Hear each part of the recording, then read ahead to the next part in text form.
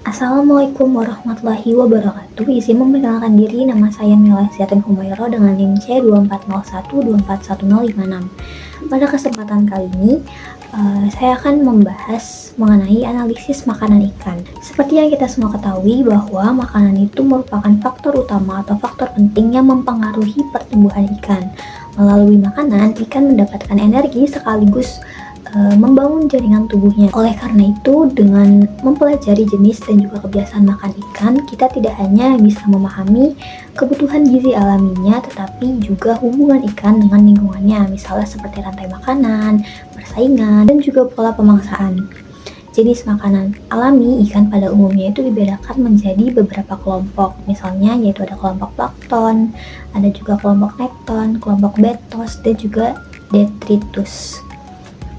Berdasarkan jenis makanannya, ikan itu dapat dibedakan atau dikelompokkan menjadi 3 golongan utama, yaitu yang pertama ada herbivora, yaitu pemakan tumbuhan.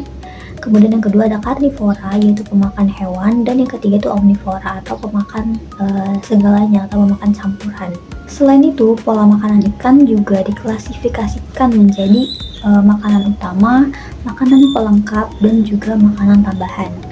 Ada juga istilah makanan pengganti, yaitu makanan yang dimakan ketika makanan utamanya itu tidak tersedia. Kebiasaan makan ini dipengaruhi oleh faktor umur, waktu, ukuran tubuh, serta ketersediaan makanan di lingkungan perairan. Selanjutnya itu ada alat dan bahan yang diperlukan pada praktikum minggu ini. Alat yang digunakan itu yang pertama ada mikroskop untuk melihat jenis makanan yang dimakan oleh ikan. Kemudian yang kedua ada timbangan digital.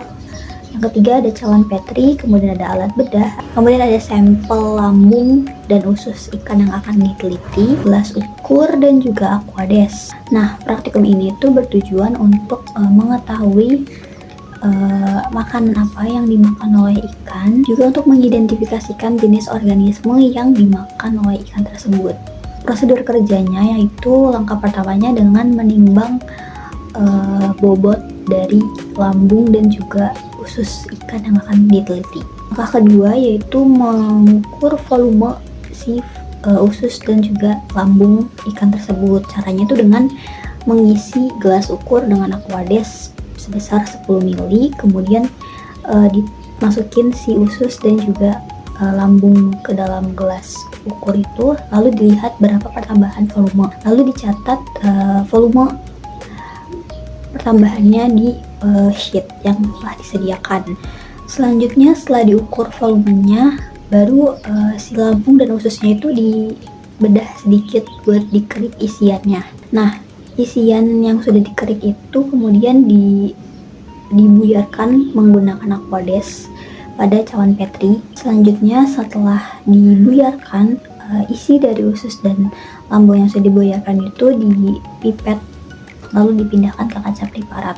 Setelah itu kaca preparatnya itu ditaruh ke meja kerja mikroskop untuk diamati apa aja organisme atau makanan apa yang dimakan oleh ikan tersebut. Nah, jadi pada setiap preparat itu dia punya 5 luas pandang. Itu ada dia itu bentuk kayak persegi gitu. Terus nanti diteliti di luas pandang pertama misalnya di sebelah kiri atas, kemudian luas pandang kedua itu di kanan atas, kemudian luas pandang 3 itu di kanan bawah, luas pandang 4 itu di kiri bawah, dan luas pandang 5 itu di tengah-tengah.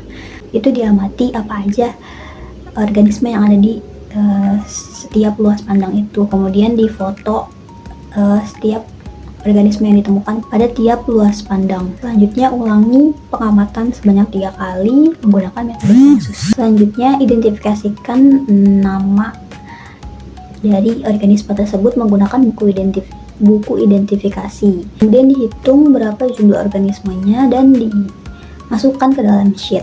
Dengan cara ini kita dapat mengetahui proporsi ikan dan juga kecenderungan makanan ikan. Selanjutnya adalah metode analisis data. Ada beberapa metode yang digunakan pada praktikum ini. Yang pertama itu ada metode jumlah, yaitu menghitung organisme satu persatu.